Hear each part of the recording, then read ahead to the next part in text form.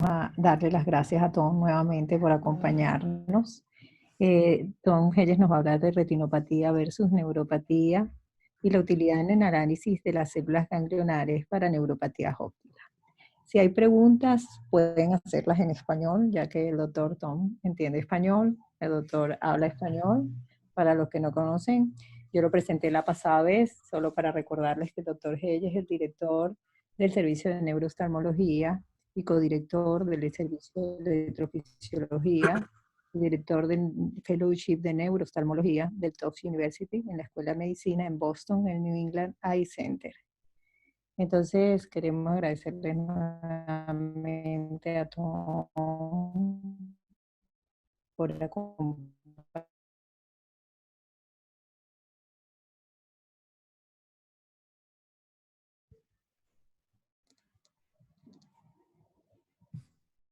Okay. You see my slide?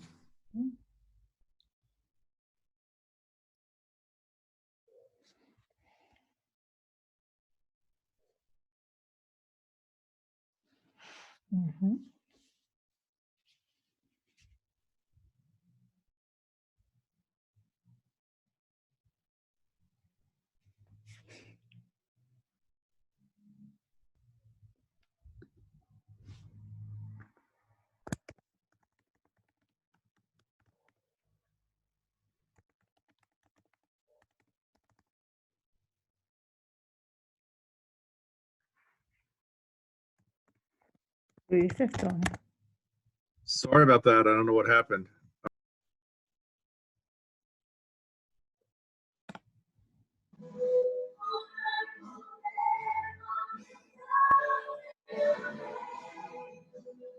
I got muted by the host. Share screen, share. Okay. You see my screen? Yes. Can you put see my slides? Yes, can you put bigger? I mean, yeah, now it's perfect. The only problem is it's at the very end of the talk. So just, I'm so sorry. It's okay. I'm just gonna go back. Somehow It's okay. No problem. I got We have time. Don't worry. We have time. Don't worry. You can do it. All right.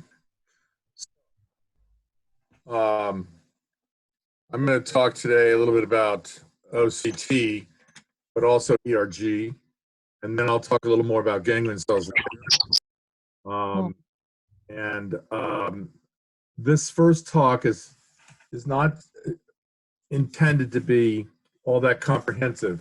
Again, I want to give you a few ideas, share some principles that I use when I'm approaching patients clinically, and also how I use this technology in a more general way. So I will show case examples, but they are mainly intended to remind us all about some of the basic principles that help us determine if we're dealing with a retinopathy or an optic neuropathy. And I will also talk a little bit about how we sometimes can encounter or confront patients who have both optic neuropathy and retinopathy simultaneously at the same time. I'm going to start out with a case example, and then we'll come back to the case at the very end of the talk. So this is a patient who was 57 years old. She noticed a film obscuring her right eye that seemed to come on suddenly. She also noted other symptoms. She noted symptoms of vertically descending black lines that seemed to come and go. There was some progression. She was otherwise healthy. She was referred initially to another neuro-ophthalmologist who got an MRI and thought maybe there was a very small, subtle optic nerve sheath meningioma. She also saw a retina specialist who got an OCT of the retina and interpreted it as normal. Then she came to me. Her vision was not severely affected, 2020. She had no real problem with color vision. She had slightly decreased contrast sensitivity, but most importantly, there was no relative afferent pupillary defect. On the Amsler grid, there were some minimal changes that she drew, and her fundi were relatively unremarkable.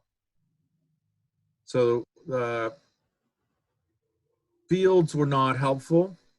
Again, remember she's 2020 with mild symptoms. Here's the MRI scan that was obtained at another institution.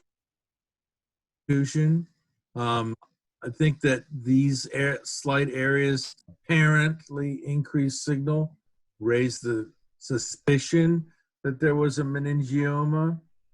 And here's the macula scan that was obtained at the time. I think this is a serous scan. So we're still left with the question, is it retina or nerve?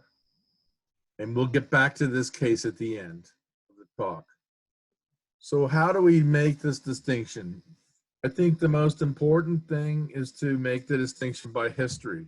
You need to have a level of suspicion as to whether you're dealing with a retinopathy or an optic neuropathy. And I find that the symptoms are most helpful. And these include those you're very familiar with regard to retinal disease, which include metamorphopsia. And sometimes you have to help the patient describe this by using an Amsler grid, for example. Many patients with retinal disease will have positive visual symptoms. They'll have flashing light. And they'll especially notice some of these changes when they change their environment from either going from bright light into dark. They'll have difficulty adapting, or going from dark environments to brighter environments where they may have some photophobia or flickering light. Another symptom that favors retinal disease is very small, very discrete scotomas. It is difficult for optic nerve disease to cause very sharply defined visual field defects.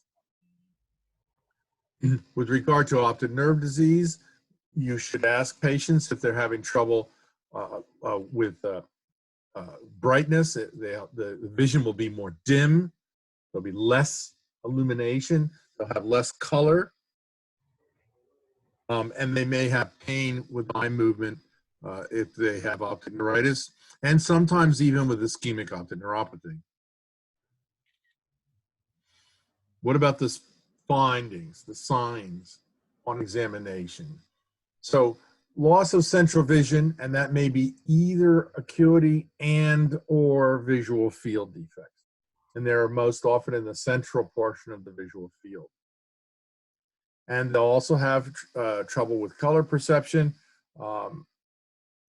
And most importantly, the main objective finding is the relative afferent pupillary defect. I like to test visual acuity myself. I like to listen to how the patient's reading the chart.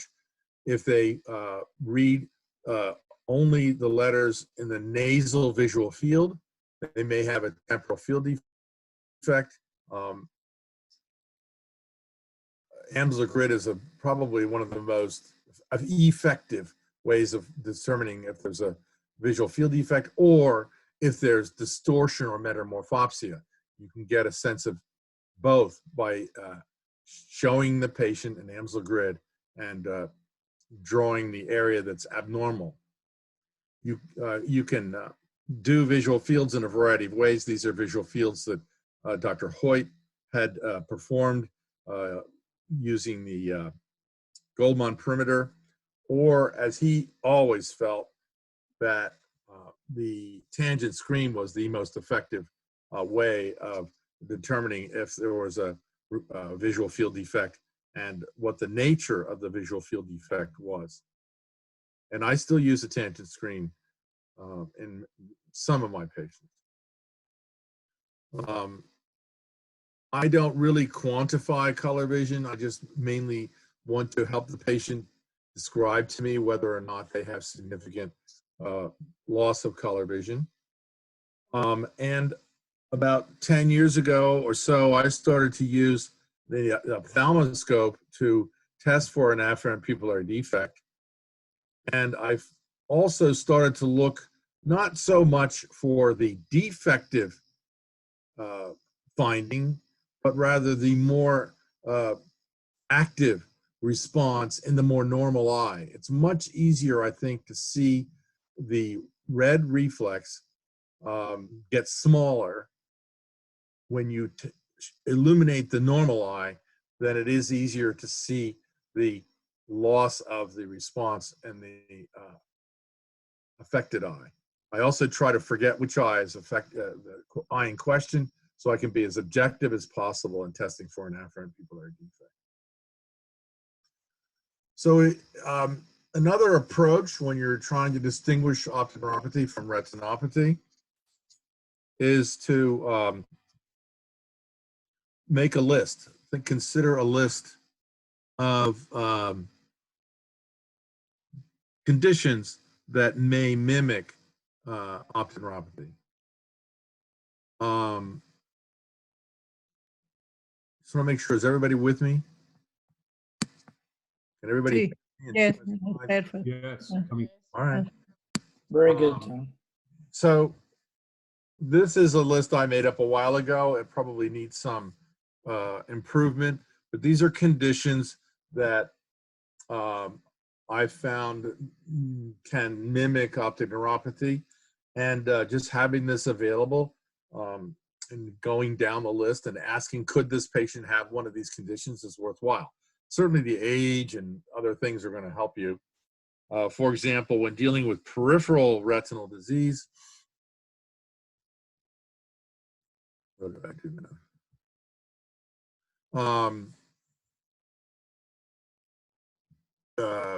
usually the age is very helpful. This is a 60-year-old, and notice the symptoms. Notice that he has these gold halos and flashing lights in the left eye. He called them open floaters and smoke rings. These are the kind of descriptors. These are the kind of symptoms that patients have with retinal disease. And in this case, the findings were not very striking, at least initially. His visual acuities were reduced to 20/50 in both eyes. He did get worse by the time we saw him. His retinal findings were not that specific. There's some attenuation of the retinal vessels. There's a sort of hazy appearance, but nothing, in my view, very specific.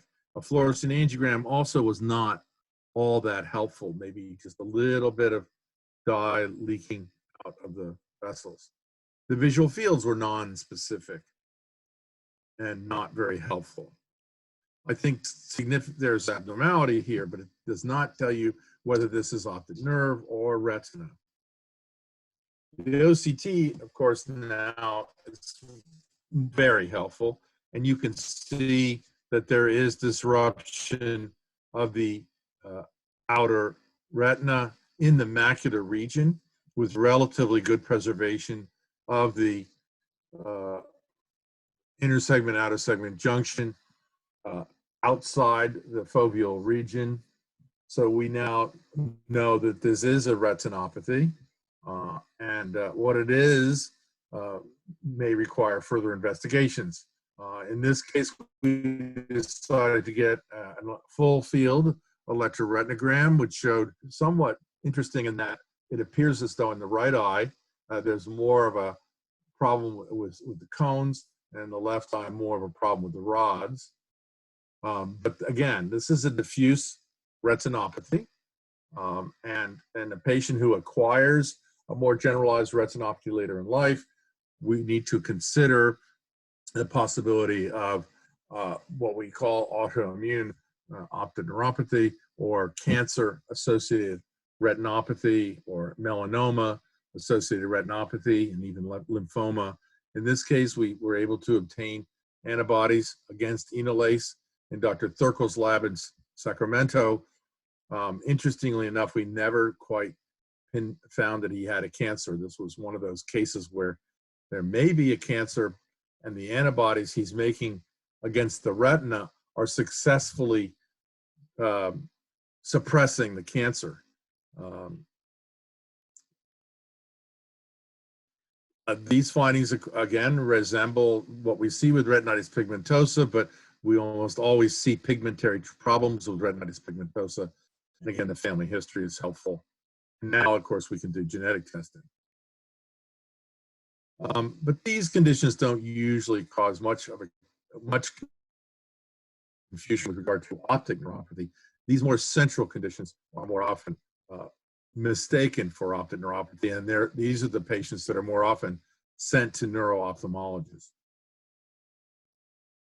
In addition to full field ERG, multifocal electroretinography can be very helpful, especially with more occult retinopathies that do not have more distinctive findings on ophthalmoscopy or even on OCT. And it's nice to have both the functional as well as the structural findings to prove that you have a retinopathy, especially when the patient's been referred by a retina specialist and you have to write back, "Dear retina specialist, your patient has a retinopathy." When looking and evaluating at the multifocal ERG, it's important that you look at the waveforms.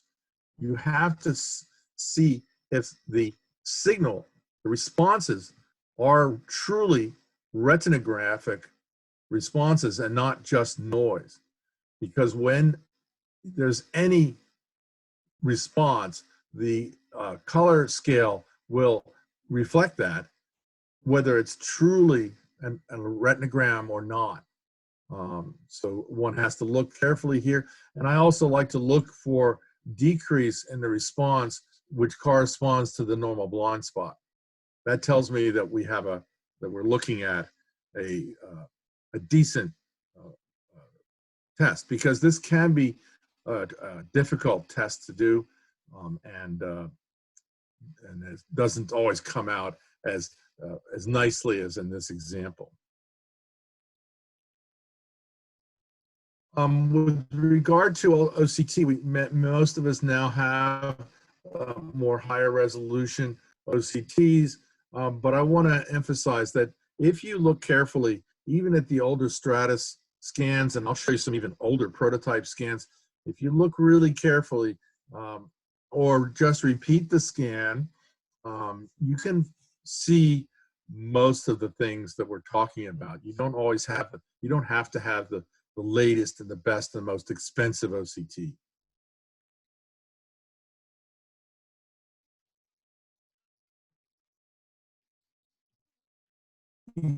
This is an old Stratus scan, and you can see the inner segment, outer segment junction nicely here. And if you don't, go back and rescan. I think you can see some retinal membrane here. I chose this as a normal, but I'm not sure it is normal. A lawyer who noted his right eye, his visual acuity was preserved. ERG, which was normal. He even had an angiogram, which was normal.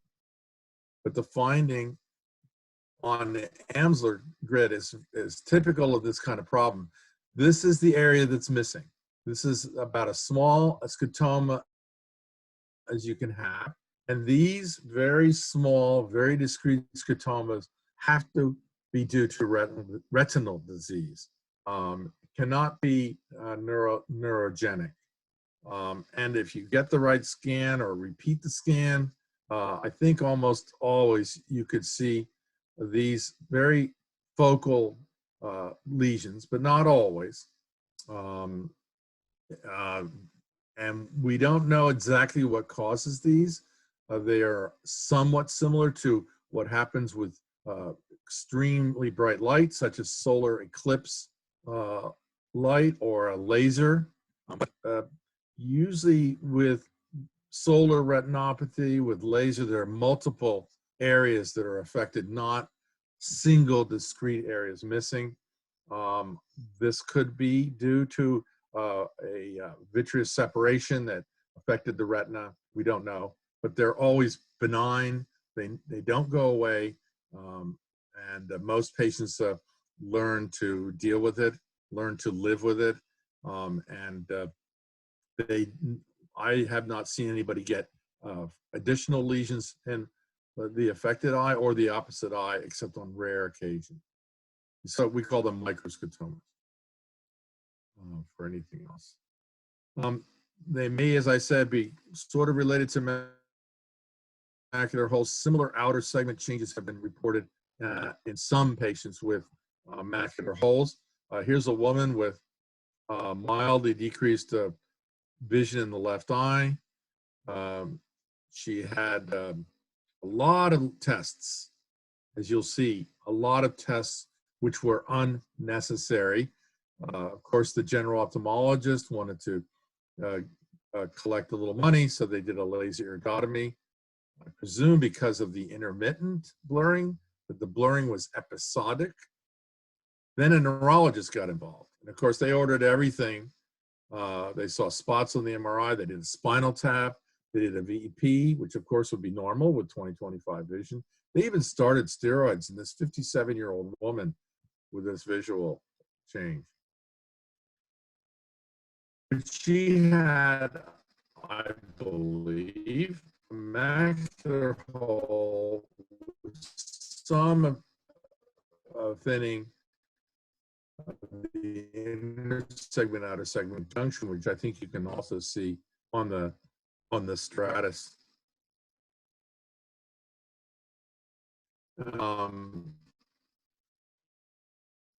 And she did not need any of the tests or procedures that she had.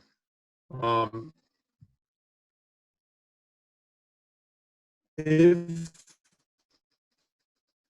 in a case like this, you do not see findings that are convincing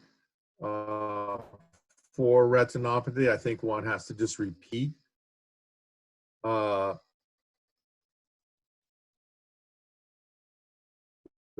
test. I don't remember what we found with multifocal ERG. I'm not sure we even did it because I'm the symptoms is change in his when he was adjusting to light, both bright or dark. These were down moderately. There was some color loss, but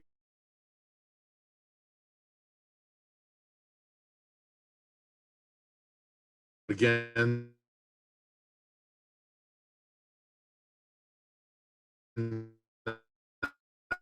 that's a subjective finding. He did visual fields, and there's no reason not to do visual fields in children. Central losses, and I think that you'll see these are real changes. Yeah, it's a little bit dense, and that's more apparent on the coursing. Can you hear me okay and see the slides okay? Sí, se escucha, pero se entrecortó en una parte y no se escuchó bien. No sé si es el audio o es el internet. Sí, está entrecortado, preguntan, dicen acá, no sé si puedes repetir un poquito en la parte de atrás, un poquito más. Okay. All right. The VPs were abnormal, especially on the left side. We did a full field ERG. This was many years ago, and I think these tests were done before I saw the patient. Normal. Oh. But notice on the multifocal ERG, there's significant depression centrally. And indeed, it looks as though the mid-peripheral responses are super normal. It's almost as though this part of the retina was enhanced somehow, whereas there's clearly central loss, and this is clearly a bilateral central macular problem. And in a youngster, if it's progressive, it's most likely Stargardt's.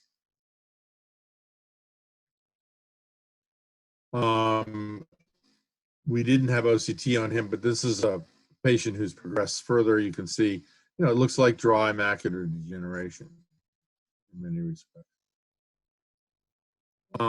We still see central serous retinopathy confused as optic neuropathy.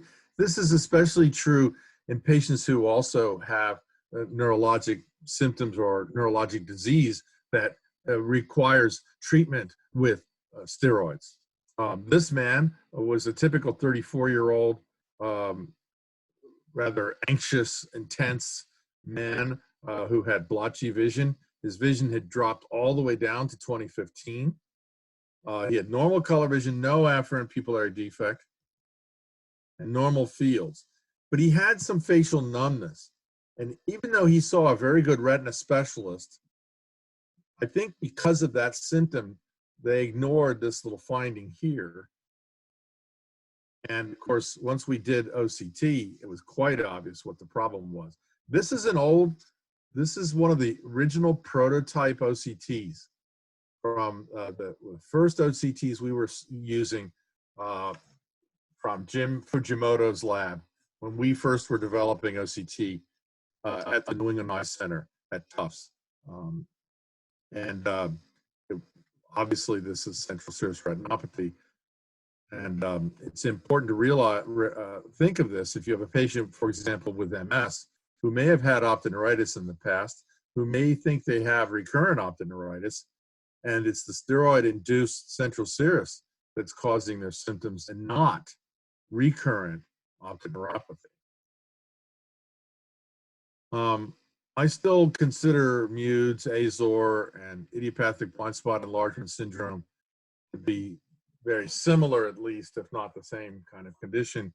This is a 38-year-old woman with an area missing in the temporal visual field. And of course, that was immediately considered to be an optic neuropathy. A temporal field defect has to be an optic nerve disease. But listen to the symptoms. She had episodes of flashing lights. We don't usually see that with optic neuritis, perhaps when it's healing, but it's unusual to have these positive symptoms unless the patient has a retinopathy. Patient's visual acuities were 20/20, both eyes, but her blind spot was quite enlarged. And I would like to say that blind spot enlargement is almost always due to retinopathy. And the classic example is papilledema. And the reason why the blind spot's enlarged in papilledema is not because of optic neuropathy, it's because of the displacement of the retina from the disc swelling. It's the retinopathy that's associated with papilledema. And furthermore, as I'll demonstrate, it may also be due to subretinal fluid that accumulates around this. So one should not think of blind spot enlargement as being neurotic. It's retinopathic. Here you see a little bit of haziness here around the disc, but not specific. The fluorescein may be slightly abnormal, but not specific. But when we do the multifocal ERG, you see normal responses in this eye. You see the blind spot, normal here. And here's the enlargement of the blind spot due to lack of retinal function shown here on this multifocal ERG. So this is a retinopathy. I don't have an OCT on that one, but here's another example of a patient with a larger area that's similar. Again, the symptoms, sparkling lights. And again, temporal field. Now, she's interesting in the sense that she did perhaps have a mild relative afferent pupillary defect. Her visual acuity was not severely reduced, but she had a large area of visual field loss. So she's got relative preservation of her central vision, a large enough area of retinopathy to, I think, in this case, affect the pupil. Not much on the retina exam.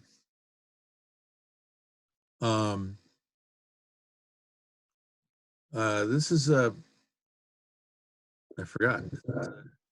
VP that shows that it is also reduced because there's some loss of acuity. So we have to be careful because, again, many people automatically assume that if the VP is abnormal, that it must be an optic neuropathy. No, if the retina is dysfunctional, the information is not going to get to the cortex, and the VP will be affected by retinal disease. It's usually relative to the acuity as well. So here's her multifocal ERG, and you see it's that's the normal eye. This is depressed all the way around with preservation of the center. And on the OCT, you can see this is a normal inner segment, outer segment junction, and you see here it's starting to break up in the macular area, and it's almost completely absent in the peripapillary zone of this outer occult retinopathy, or what we call azure.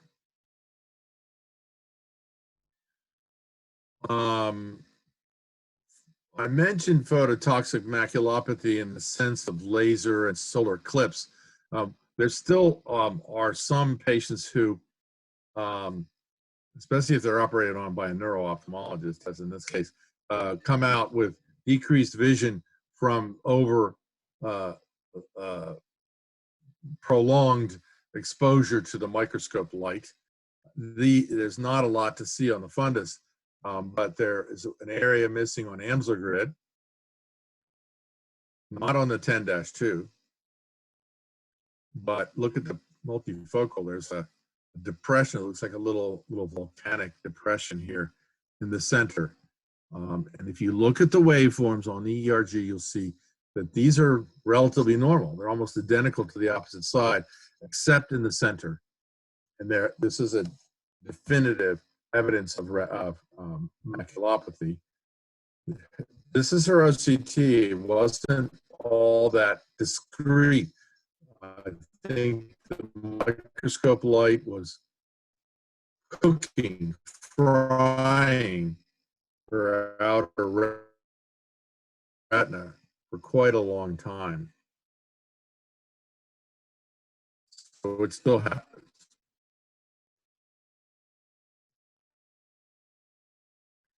And we also have to remember that macular degeneration can be atypical.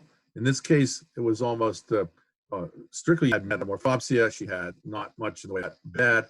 Her macular scan in general wasn't all that affected, but having a normal nerve fiber layer was somewhat helpful. I'll tell you that I'll show you how one has to be careful in this kind of setting in some cases, but if the patient has an optic neuropathy long enough, they're bound to have, they're going to have abnormalities on the OCT, and this patient did not. Here's her more normal eye, and here's the affected eye.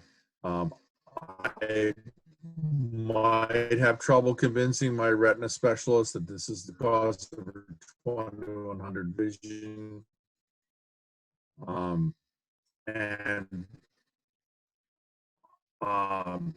So in that case, I would get a multifocal ERG waveforms, or at least comparable forms in this case, proving in my mind that this is a maculopathy, and I suspect because of her age, this is an occult age-related dry macular degeneration.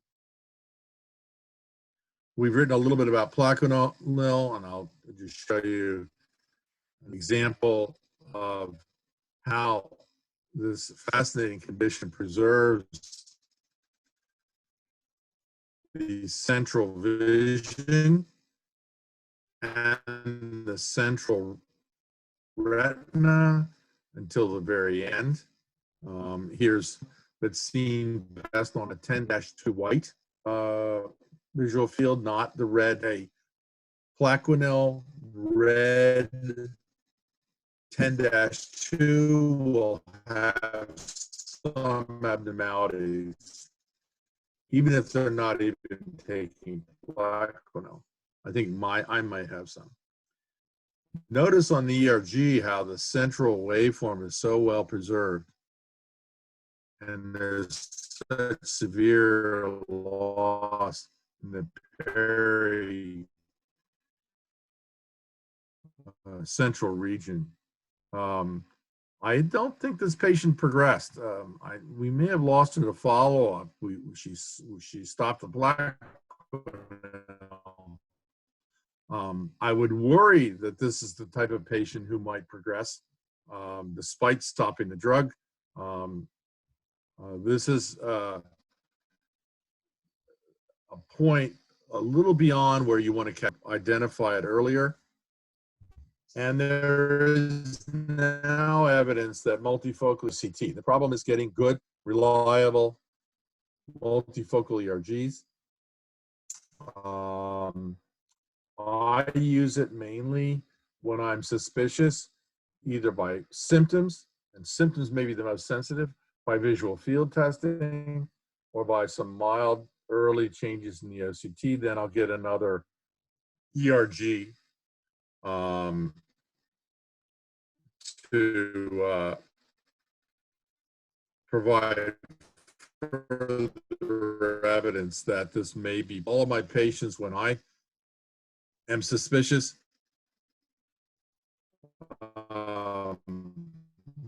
they almost automatically stop the drug. They know to stop it.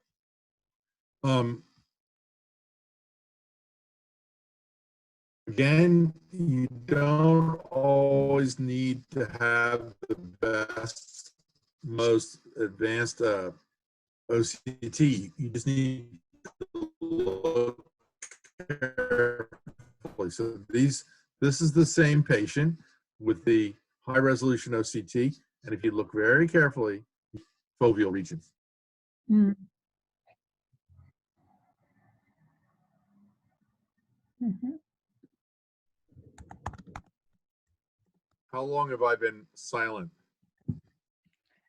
El problema es que está cortado, o sea, se escucha entrecortado. Pero nosotros chequeamos acá el internet y está bien. How many slides ago? No, No, Tom, you haven't no, been in silence for that long. It's only that the communication gets no. cut, in All between. right, I wanted to know Ajá. how long. Because ¿Cómo se? I'm not watching you all. I should be watching, shouldn't I? No, se ve bien. You can see the slides and everything? No. You do see them or you do not? Ahorita no veo slide. No, Tom, we are not seeing the slide. Can you try to share your screen again? I got disconnected again. That was not me. I think it's the internet where you are located that is not very, You think I high should speed. move? Yeah. Maybe. I'm not in my usual spot. So maybe you should be closer, like to the where your router is located. My router? Yes. Try to get close to the. Okay. Tom, at my end, it's only been the last 5 minutes that it's broken up. But so share screen. Share screen. You see my slides now? Yes. I can't. You can choose. So do only full screen now. Wait a minute. Let me sit down. Okay. Sorry. We've had some severe weather here. We had snow this morning for 10 minutes. Let me first full screen.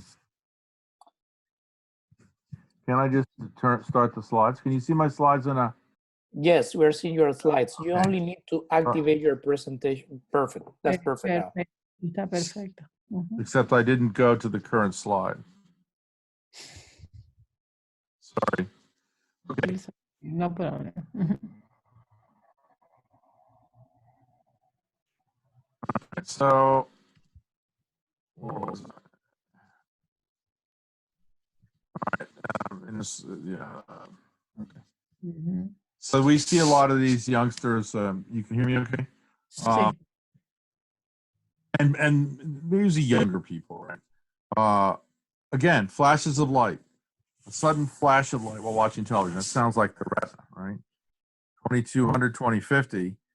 And this is a little bit interesting in that it was bilateral and he had these very clear Mm. sort of, horizontal area of obscuring the retina. All right, now, what about the other side of the coin? What about optic nerve diseases that mimic retinopathy? So, Se sigue escuchando mal, talk a ¿no? little bit about these, especially with regard to OCT. Se- The hereditary toxic and nutritional optic neuropathies, you might have been thinking when I show a youngster with bilateral central loss of vision that it could be a metabolic type of process. It could be a labors without the typical acute findings of peripapillary telangiectasia, et cetera. Ujú. Optic neuritis frequently presents with out much in the way of retinal findings and can be somewhat subtle. And then compressive optic neuropathies. But then the other question is, could it be retina and nerve? I mean, if one has a retinopathy, that does not protect them from having an optic nerve problem. You can have both. It was actually my chairman, Dr.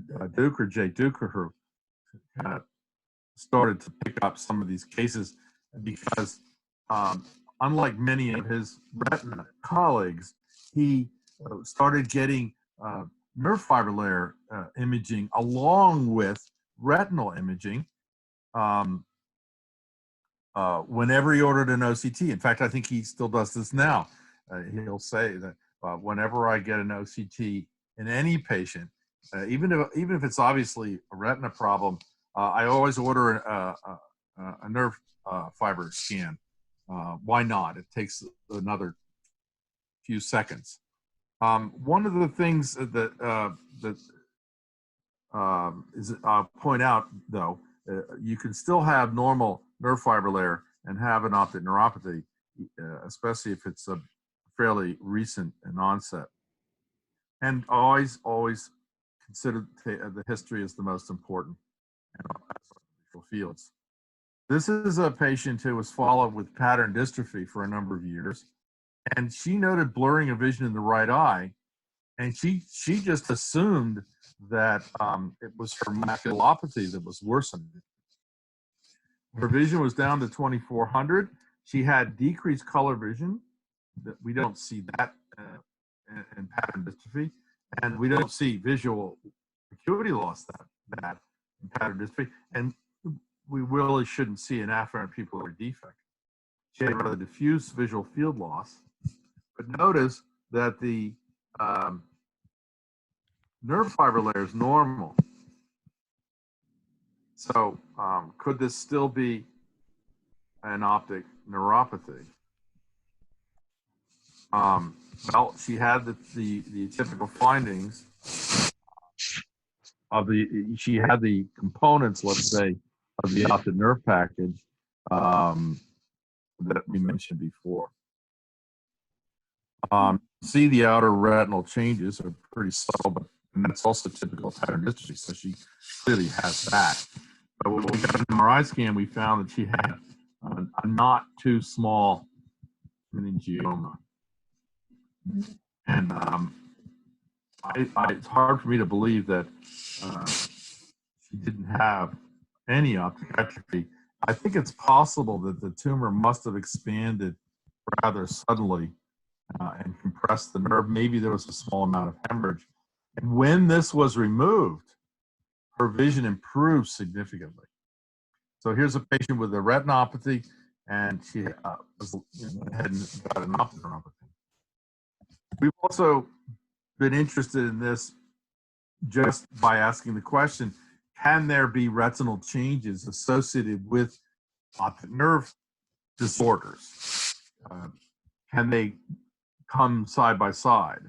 And we first noticed this when we were getting macular scans in patients with papilledema. So I was sort of doing the same thing Dr. Duker was doing, that when I saw a patient with an optic nerve problem, in addition to optic nerve scanning, I got macular scanning. And we reported this in 2003. And then we started noticing this in ischemic optic neuropathy. And we tried to report this, but we had to get help from our colleagues in Havana to actually get a large enough series to publish it. Here's what I was talking about with regard to the retinopathy of papilledema, the enlargement of the blind spot. There's this peripapillary fluid accumulation. This has been known for a long time, but now we see the subretinal fluid, which reduces visual acuity in some of these patients. And the same with ischemic optic neuropathy. In addition to the typical arcuate visual field defect about the nerve swelling, the decreased acuity in this patient is due to subretinal fluid, which can resolve spontaneously. And if we're going to be doing treatment trials for patients with ischemic optic neuropathy, I think it's important that we know how many patients in each group, treated, untreated, how many patients have subretinal fluid, because this could affect the results. We are in the process of publishing another paper on this subject and describing other retinal effects of ischemic optic neuropathy. And we're finding the same frequency of subretinal fluid, submacular fluid, about 15% of patients. So let's go back to the first case I showed you, the patient that might have had a meningioma or might have had a retina problem, but the two couldn't agree. And one of the principles I would leave you with is to repeat the testing, look again, but base that on what your suspicion is, which should be as much based on history as anything else. I was convinced this lady had a maculopathy, so I arranged for her to have another OCT. By the way, her nerve fiber level was indeed normal, and what we found was that she had a partial macular hole, and I think enough outer retinal changes to account for her decreased acuity. And you can see a little more clearly in these sequential images. So the newer technologies help us to prove that one has a retinopathy that may mimic an optic neuropathy, but it is the history and the clinical findings, and I'm referring mainly to the visual psychophysical testing, which should help you persist in proving that that's what you're dealing with. So I'm happy to entertain questions. Am I still, you still hear me? Yes. Okay, I keep feeling like I'm lost because this is subtle sound. Does anyone have any questions? Let me see It intermittently breaks up. If you have a headset, sometimes that helps, but it's probably your internet. This is Craig. Yeah, it's usually pretty Video good. is We have a lot superb. Video is superb, however. Yeah. All right. I'm looking. I kind of got lost here. I'm looking for any questions that people might have written. No. Okay. No questions. All right. Tom, I have a question for you, if you don't mind. Yeah. Are you listening to me? Okay. So from time to time, we have all these patients with unexplained visual loss. And many times the question is whether they are functional or they have real disease. Oh, yeah. So, and then I'm talking about super occult maculopathies. So in those cases where the OCT is completely normal and the multifocal ERG shows some abnormalities, what is your protocol? How do you follow this patient? What level of value do you give to the ERG compared to the normal OCT? What is your strategy regarding this? Yeah, because we looked at. You remember we looked at a bunch of these cases. Marissa Tiger actually presented this at Arvo, and we actually convinced Don Hood that repeating the ERG was very helpful. You have to myself at least 2 ERGs that were abnormal had to be, and then just follow them. I mean, I think the main thing is to make sure you're not missing anything. You're not going to be able to treat an occult maculopathy. So, and I followed a number of these patients for years, and then ask the question: could they also have an optic neuropathy? Let's look again. Let's ask the same questions and look again for the any evidence of optic neuropathy. And if we have to get another MRI, we get another MRI, or get an MRI and get another one.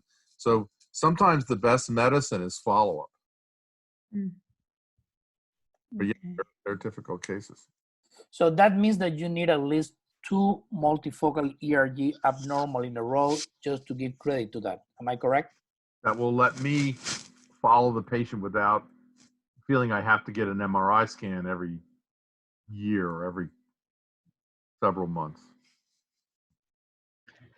Tú tienes varias preguntas aquí, Tom, en el chat. ¿Quieres leerla o quieres que te las lea? Let me, I'm having a little problem here. You have to stop sharing your screen. If you stop sharing your screen, you're going to have access to the chat group. Yeah, so, okay, then I'll make sure I don't. Ok, tienes varias preguntas. La primera es del doctor. Está en español. Creo que la puedes leer o quieres que te la lea. Dice, I can go on and talk about the ganglion cells, and then we can have more questions later.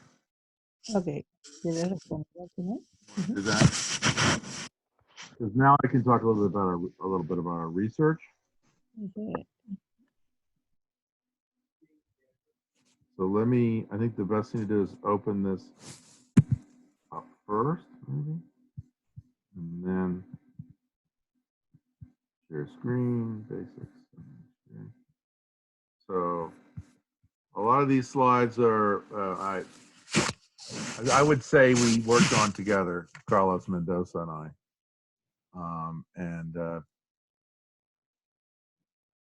Now where's, oh, there it is.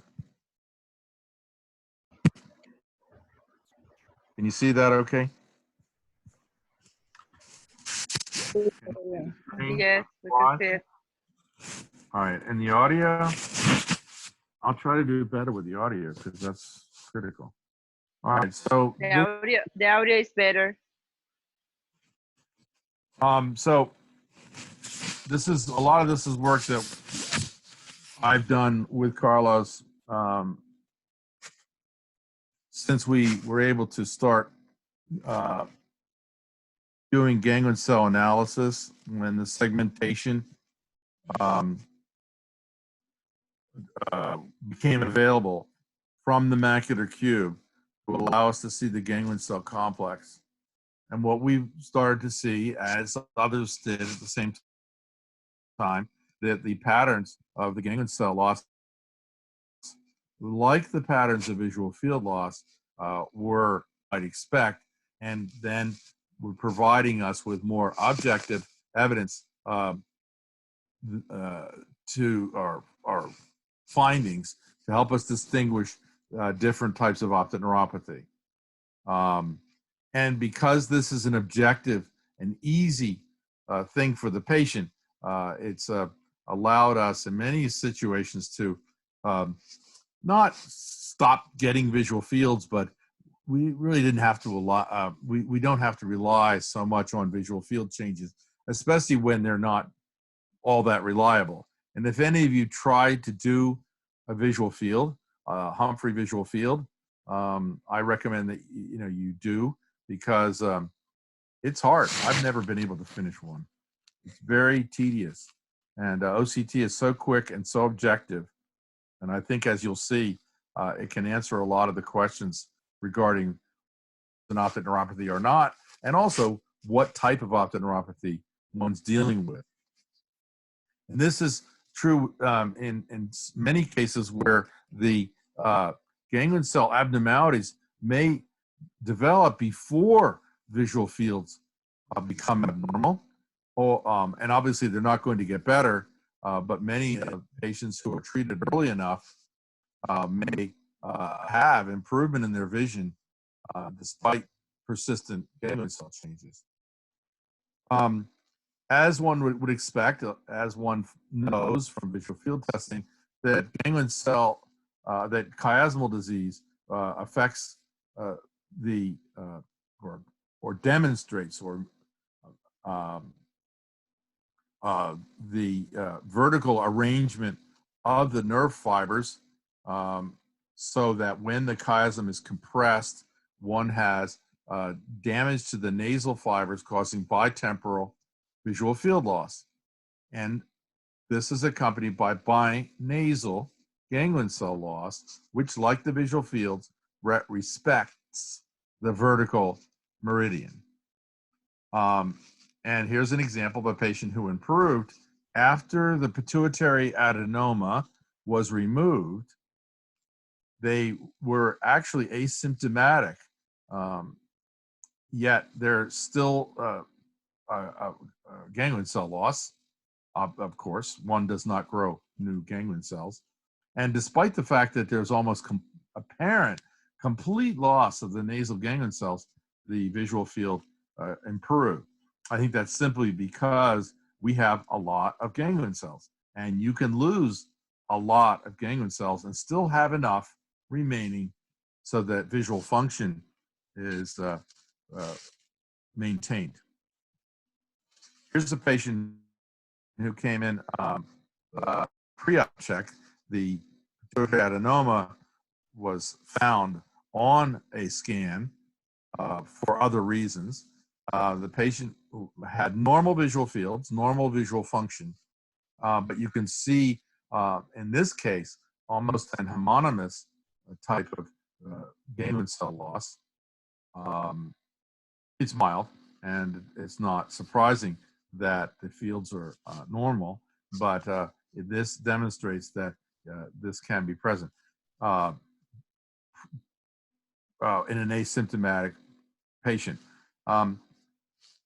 You can look at the nerve fiber layer, and you can see evidence for this. There's sort of a band-like finding, something that Dr. Montero has described very nicely, but it's much easier, I think, to see the ganglion cell loss and visualize what's going on in the chiasm than to try to interpret the nerve fiber layer because of its different distribution in the eye.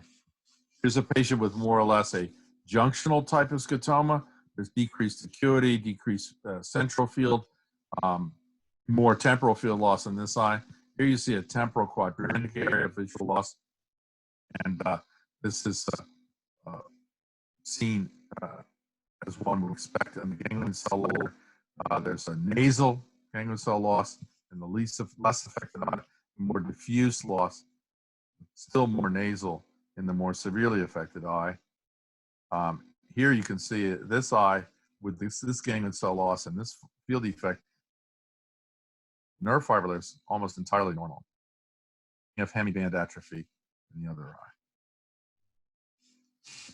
Now, what about in optic neuritis versus ischemic optic neuropathy? Does the ganglion cell layer analysis help in that setting? And as we might expect, when there's altitudinal field loss, there's going to be altitudinal ganglion cell loss. And the question comes up, how often might that occur in optic neuritis? One would expect that the optic neuritis would cause a more irregular type of ganglion cell loss that does not respect the horizontal or the vertical meridian. And when we looked at a group of patients with ischemic optic neuropathy and optic neuritis, we did find that almost all of the ischemic patients had ganglion cell loss that did respect the horizontal meridian. And we did not find any patients with optic neuritis that had this. There are patients with ischemic optic neuropathy, which is severe enough to affect the upper and lower nerve, and therefore this pattern is not all that apparent. And certainly when one does statistical analysis, it is harder to show this. But when we looked at all the patients, just looked at the scans, we find that there almost always has this, there's some evidence of this pattern where the loss respects the horizontal meridian. The only other disease that can do this is glaucoma. I have seen one patient with compressive optic neuropathy who had this type of pattern. We know that that does occur with chiasmal disease. Sometimes the nerves are pushed up against the tentorium or the anterior cerebral artery, communicating arteries, and that may cause this kind of altitudinal loss, but it's very rare. So when I see patients with symptoms that aren't all that clearly ischemic or clearly inflammatory, I find this very helpful. And we're seeing younger and younger patients with anterior ischemic optic neuropathy, and one wonders if they have optic neuritis instead. And I think this pattern should lead you in the direction of ischemic optic neuropathy. We looked at this over time to try to determine how soon this pattern does develop. One of the problems with ischemic optic neuropathy is sometimes the disc swelling extends into the macula and it obscures the analysis, and there'll be artifacts. But within a matter of weeks, I think now it's being shown that at least within 3 and sometimes within 2 weeks of ischemic optic neuropathy, you will see this altitudinal pattern start to develop. Now, we've struggled with papilledema, trying to see where ganglion cell changes might be helpful, and determining when a patient's getting into trouble. Visual fields are difficult in these patients. They have headaches. They may be somewhat unreliable because of that, and they are subjective. So we need a better way of predicting which patients are getting into trouble and need more aggressive treatment, other than simply relying on visual fields. Nerve fiber layer analysis is not that helpful because we have a combination of swelling of the nerves and atrophy occurring at the same time, and it's hard to know what's going on underneath that, and perhaps ganglion cell analysis will help us. You all still with me? Sí. Yes. Okay, good. Yes. It's so silent and so odd when you don't have, I mean, I can see you, but I should probably watch your expressions more. But anyway, so we've looked at a series of patients and we found that,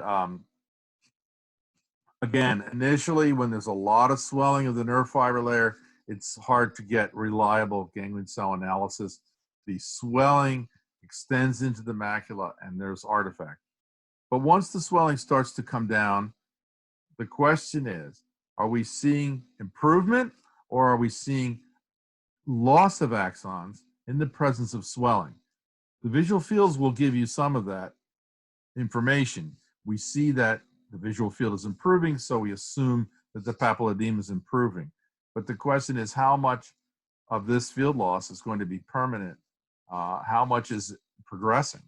And when you look at the nerve fiber layer, the ganglion cell layer, you see that indeed there is a certain amount of damage, and we can predict that this patient will probably have persistent visual field defects from that. Again, it's not a straightforward way of managing papilledema. It's, I think, somewhat helpful in managing these patients, especially the more chronic cases. And we're still working on that. I'm going to skip this one. Now, what about hereditary optic neuropathy? One of the things we found is that there is fairly early and very rapidly progressive ganglion cell loss. And this is like papilledema, where the nerve fiber layer in these patients may appear normal. But what one's really seeing is a combination of swelling and axon loss. And the swelling may obscure the axon loss and make it hard for us to see this objective structural finding. And I would say that the pattern, if you will, or the finding of significant ganglion cell loss with swollen or normal nerve fiber layer is almost pathognomonic of Leber's hereditary optic neuropathy. Now, in autosomal dominant optic atrophy, there will be a gradual loss, and you won't see the nerve fiber layer loss and the ganglion cell loss are equally visible. One of the things, though, we have been impressed with, and it's a bit like the chiasmal cases, that you can have a lot of ganglion cell loss and still, especially in some of these kids, they can see very well with autosomal dominant optic atrophy. They can see 20/20, and I've always said that if you give a kid 3 ganglion cells in their fovea, they'll learn how to use them. We've also noticed similar findings. Well, Dr. Mendoza found this in familial dysautonomia, and then we went on to look at another optic neuropathy associated with Charcot-Tooth disease. Here's what the pattern I'm describing here in the acute phase of Leber's, and this patient is just beginning to lose vision. You see there's nerve fiber layer swelling, or thickening, I should say. And just the beginning of ganglion cell loss. This patient still was 20/30. This is like the day he lost vision. And then within weeks, there's still swelling of the nerve fiber layer. There's still some thickening, but now complete loss of the ganglion cells in the center. And even when he got to this point at 3 months, when you look at the nerve fiber layer, you have to look very carefully just here and here. And it's not all that obvious that he has lost nerve fibers in the maculopapillary bundle until you look at the ganglion cell layer and see how soon it's diminished. In fact, in this patient, I'm wondering in the hyperacute phase whether the ganglion cell layer may be a little bit thicker. We haven't had enough cases to show this, but you can again see when he's just beginning to lose vision, he starts to have some nasal ganglion cell loss and Se te escuchó cortado. Se te escuchó cortado aquí, Tom. You having trouble hearing me? Yes, now it's better. Mm-hmm. I think it's where my microphone is on my laptop. I have my laptop in my lap, not up where I should have it. Here's Carlos's work showing in familial dysautonomia, like autosomal dominant optic neuropathy, there's thinning of the maculopapillary bundle on the nerve fiber layer analysis, but it's much more obvious what's going on when you look at the ganglion cells. They're very thin in this group.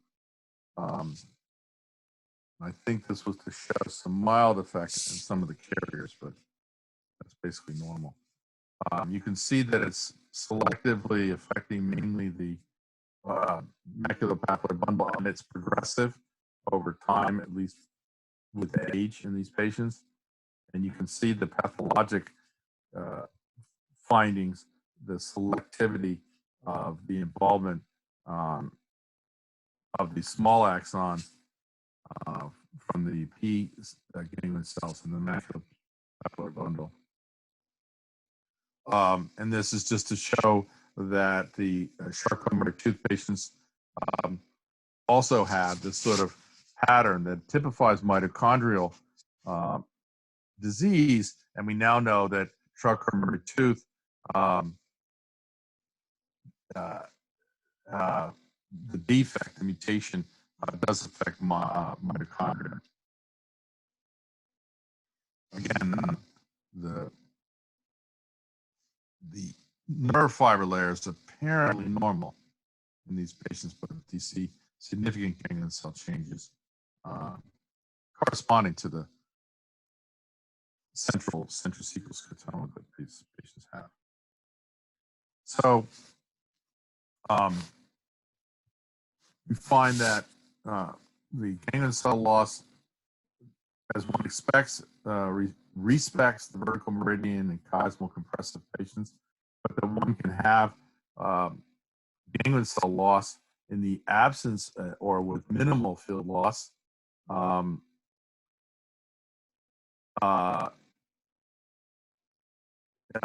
the altitudinal pattern of ganglion cell loss that we see with glaucoma is also very typical of optic neuritis, of ischemic ophthalmopathy, and I think can be very helpful, not 100%, can be very helpful in distinguishing ischemic ophthalmopathy from optic neuritis, especially in the younger patients that we're seeing. It's subjective, and I think it can be helpful in the along with the nerve fiber layer analysis and monitoring and following the patients with papilledema. But I think we still need to follow these patients with visual fields. And the pattern of ganglion cell loss in the macula with preserved or apparently preserved nerve fiber layer is typical of Leber's and other mitochondrial optic neuropathies. And I will stop there. And now we can open up the discussion. Thank you. Gracias, Tom. Tienes varias preguntas en el chat. Emily, ¿Prefieres leerla o quieres que te las leamos? Ajá. Emily, quería saber la asociación de glaucoma y alteraciones de neuritis óptica. ¿Cómo ve los cambios de la progresión del glaucoma en un paciente que ha tenido una neuritis óptica, por ejemplo, en una esclerosis múltiple? Si ha tenido algún caso que evaluar en conjunto el glaucoma con la neuritis óptica. ¿Entendiste esto? ¿O quieres? Well, yeah, I think, well, if you have a patient with both, like a glaucoma, and then that was the question? Yeah. Yes. If you have a patient with the glaucoma and has a previous history of optic neuritis. Yeah. Well, that's yeah, it's sort of like having retinopathy and optic neuropathy, you know. I would say that, yeah, it's a difficult problem because both the optic nerve and is affected with both conditions, and I guess you'd have to kind of tease it out. I'm trying to think if I've had a patient with the same, and I think I do. I think what I've done is I've treated the glaucoma a little more aggressively because I wasn't sure what type of optic neuropathy was what. So it's a debate, dilemma. Mm-hmm. The optic neuritis is going to obscure the pattern of ganglion cell loss. The visual fields will also be overlapping. So I think you just have to try to tease it out as best you can. Mm-hmm. Especially will be even more difficult if you have a low tension glaucoma with a patient with optic neuritis. Absolutely. I mean, I think that I have a number of those patients, and I have treated them for glaucoma, even though I wasn't sure. But I also treat drusen with lowering intraocular pressure, and it's more empiric, and some people can be critical of that, but I think sometimes you just have to be overly, careful and treat them anyway. I have patients with meningiomas, and they if they're progressing, I might and have cupping, I might put them on drops when they otherwise might not, just to protect the nerve. Thank you. Anyone else has a comment on that? There's another question here. It's about, la tienes en el chat. ¿Quieres leerla o te la leo? Dice, ¿te la lee? Sí. I'm looking in chat already. It's about tú tienes experiencia con el clomiphene. Am I missing any questions in chat? Well, that's a patient about a case, a 34-year-old female that she used clomiphene as a fertility therapy, and she started experiencing xanthopsia unilaterally. So her visual acuity is 20/20, no pupillary afferent defect, normal Amsler grid, and fundus exam also normal. This Dr. Isidro, like, he recommended his colleague to try the, ¿cómo se dirá? Prueba de deslumbramiento en inglés. Photostress. Photostress. Yeah. To see if the pathology comes from the retina or is at the optic nerve. So how sensible is that test, clinically speaking? Right. I use it, again, it's a subjective test, and I use it sometimes to tell if there's a macular problem, but it's more like color vision. I'm comparing one eye to the other just to get a feeling for that. It's very hard to quantify. If you're dealing with a systemic toxicity, it would be unlikely to be unilateral, but the symptom you're describing is typical for that drug. So it could be beginning. I don't think that this is the kind of toxicity that's going to progress rapidly, and therefore I think you could follow the patient. But my suspicion is, based on some of the patients I've seen, and it's been a while since I've seen one, but they do have this kind of symptom of going into bright light, and they have these almost phosphines, and they're not going to be on the drug for a long time. So I think it's relatively safe, but I haven't thought about this for a long time. I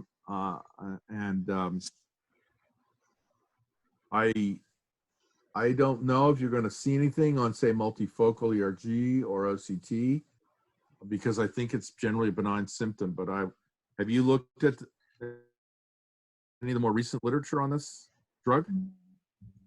No. Anybody else seen clomid cause? Well, I read sometimes something about the clomiphene, but I don't have experience about this. Mm-hmm. I think it's a more of a benign retinal toxicity. Uh-huh. But the fact that it was unilateral, I think that it's tell you a little more maybe about retina rather than nerve, if I get it correct. I agree with that, but I think the question is, why would it be asymmetric? I mean, but she's still 20/20 in both. I mean, it's so mild. And I think some of the plaquenil patients may have initially, when they have the initial symptoms of positive symptoms when they go into bright light, can be unilateral or asymmetrical. It doesn't have to be both eyes the same. Okay. I think it is a retina. And I think this drug does have a similar, but more mild effect on the retina. Okay, yes, other question.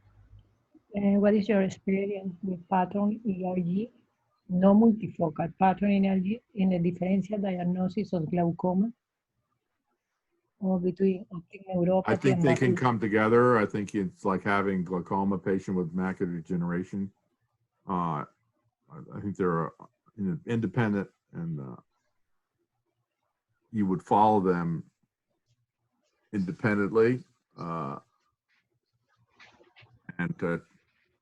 manage the glaucoma as best you can. Again, this will be a situation where you may have to manage the glaucoma a little more than you might otherwise, because you're not certain how much the pattern dystrophy is affecting your findings.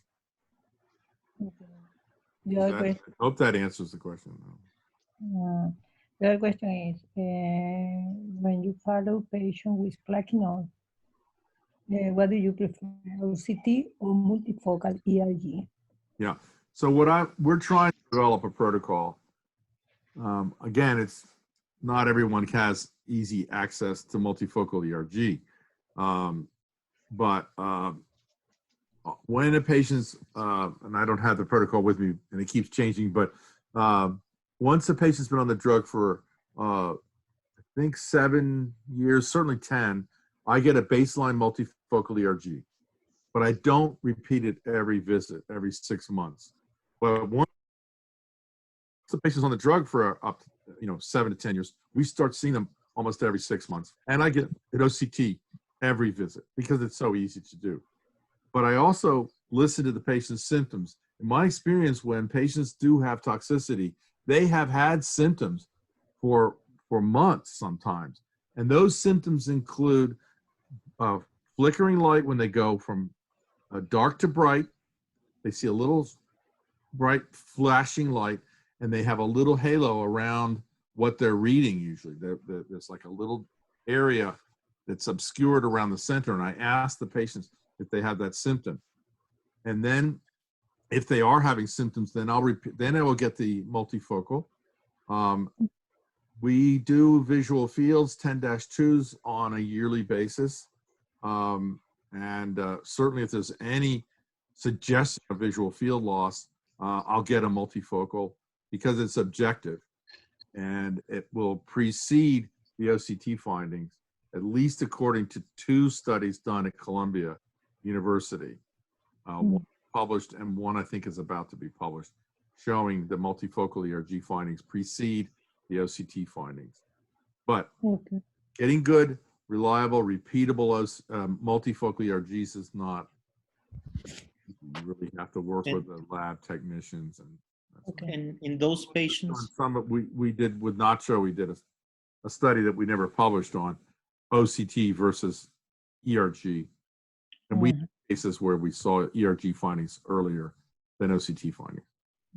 and those patients, the plaquenil toxicity patients, do you also follow them with fundus autofluorescence? You can do that.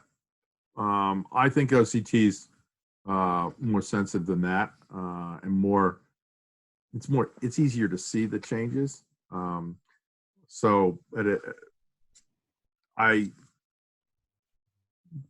generally get a baseline autofluorescence, and I don't usually follow up with it but sometimes you have to use a multiple tests to prove or complement one another. Okay, thank you. As I said earlier, whenever I suspect plaquenil toxicity, most all of the patients stop it. Okay, Adruan, do you have a question? Or ¿quieres que te la lea o tú la dices? Adruan say, great, thanks, Dr. Hedges. Can you expand clinical findings that can help us rapidly differentiate if there are a neuropathy or a retinopathy? Do you think color vision gives us a good first guess? Yes. Well, I think color vision, again, subjective.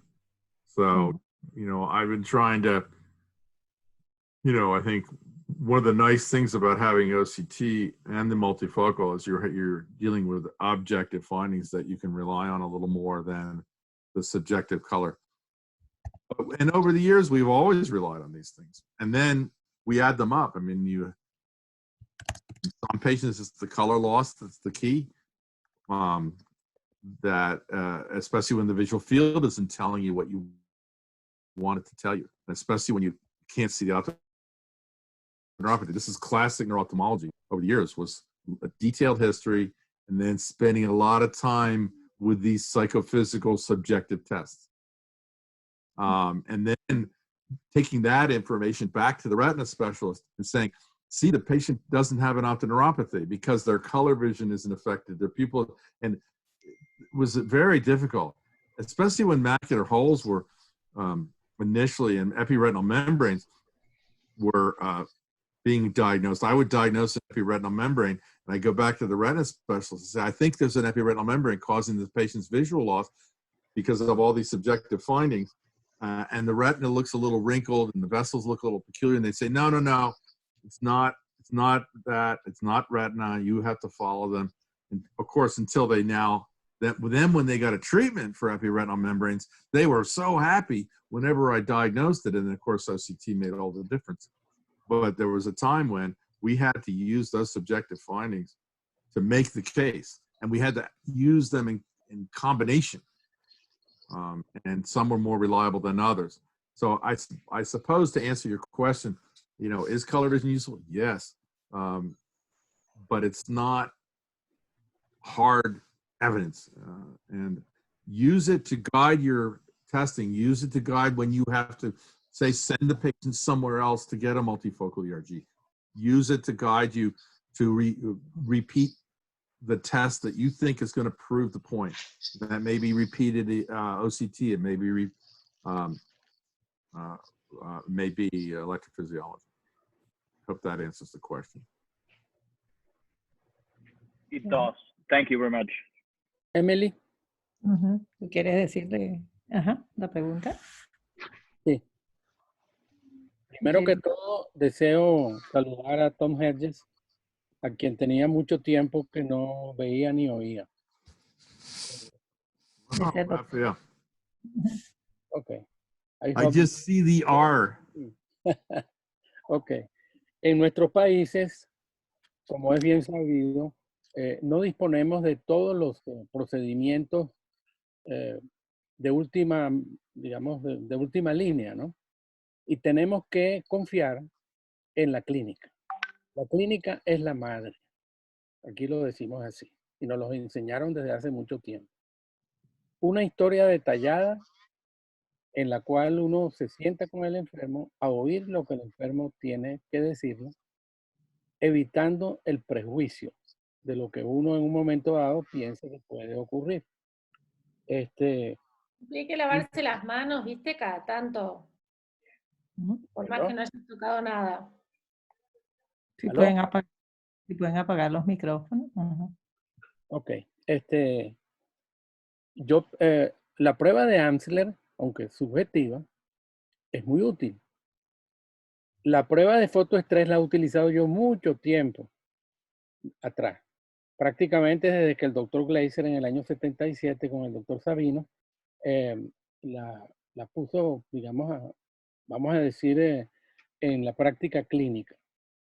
Y me va muy bien, porque nosotros lo que hacemos los clínicos es ir sumando evidencia. Mejor dicho, trozos de evidencia hasta lograr tener la evidencia completa. No disponemos, nuevamente digo, todos los médicos, oftalmólogos e inclusive los otros que nos ocupamos de estas cosas, de los últimos procedimientos, pero ha funcionado. Y, por ejemplo, yo todavía examino la capa de fibras ópticas. Muchas personas pueden decir que eso es subjetivo, pero yo pienso que uno le puede restar subjetividad a un procedimiento en la medida que lo hace, lo repite, lo vuelve a hacer y va confiando en lo que uno observa.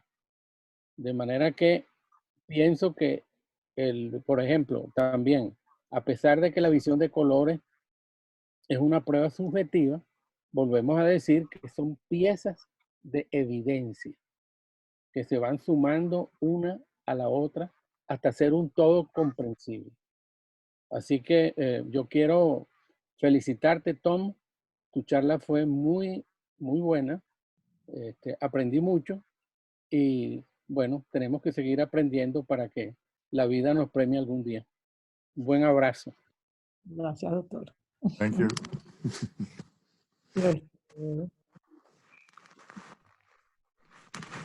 La pregunta que te quería hacer, Tom, de la que hicieron acá en el chat, era en relación al electroretinograma en patrón. It's about the pattern ERG. You have experience with it? Sorry, I didn't get that. Sorry. So Tom, the previous question that they were asking was related to pattern ERG and how you use it to study optic neuropathies, including glaucoma. Oh, with pattern ERG? You tried to teach me that, and I found pattern ERG to be that helpful. I've been working on it, and from your advice, but I generally don't get pattern ERGs. Curious about the pattern ERG in labors and how it might be helpful, but in general, I haven't found pattern ERG to be all that helpful. I relied on VEP, and you asked about functional patients, and you know, you have to have a very good technician who's going to get a good VEP, because if you're looking for a normal VEP, it has to be done properly. It proves that the patient has non-organic disease. But as you well know, Carlos, when it comes to pattern ERG, I defer to you. Okay. Well, I think in the Facebook, let me check if it has anything. All right. Well, thank you for your attention. So many. Okay, too many congratulations here. Thank you. Un abrazo.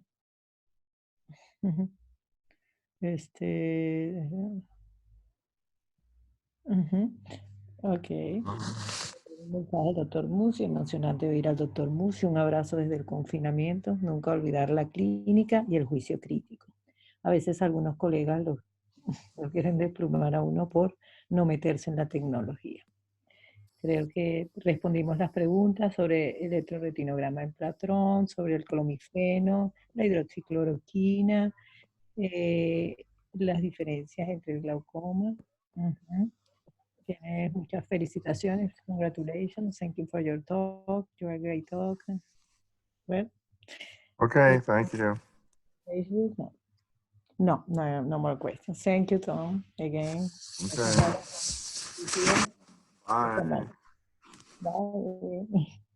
Gracias a todos. Los espero mañana para ver al doctor Jorge Catá. Hasta luego. Chao, chao, chao. Gracias. Gracias, Emily. Gracias, Tom. Bye-bye. Gracias. See you tomorrow. Chao.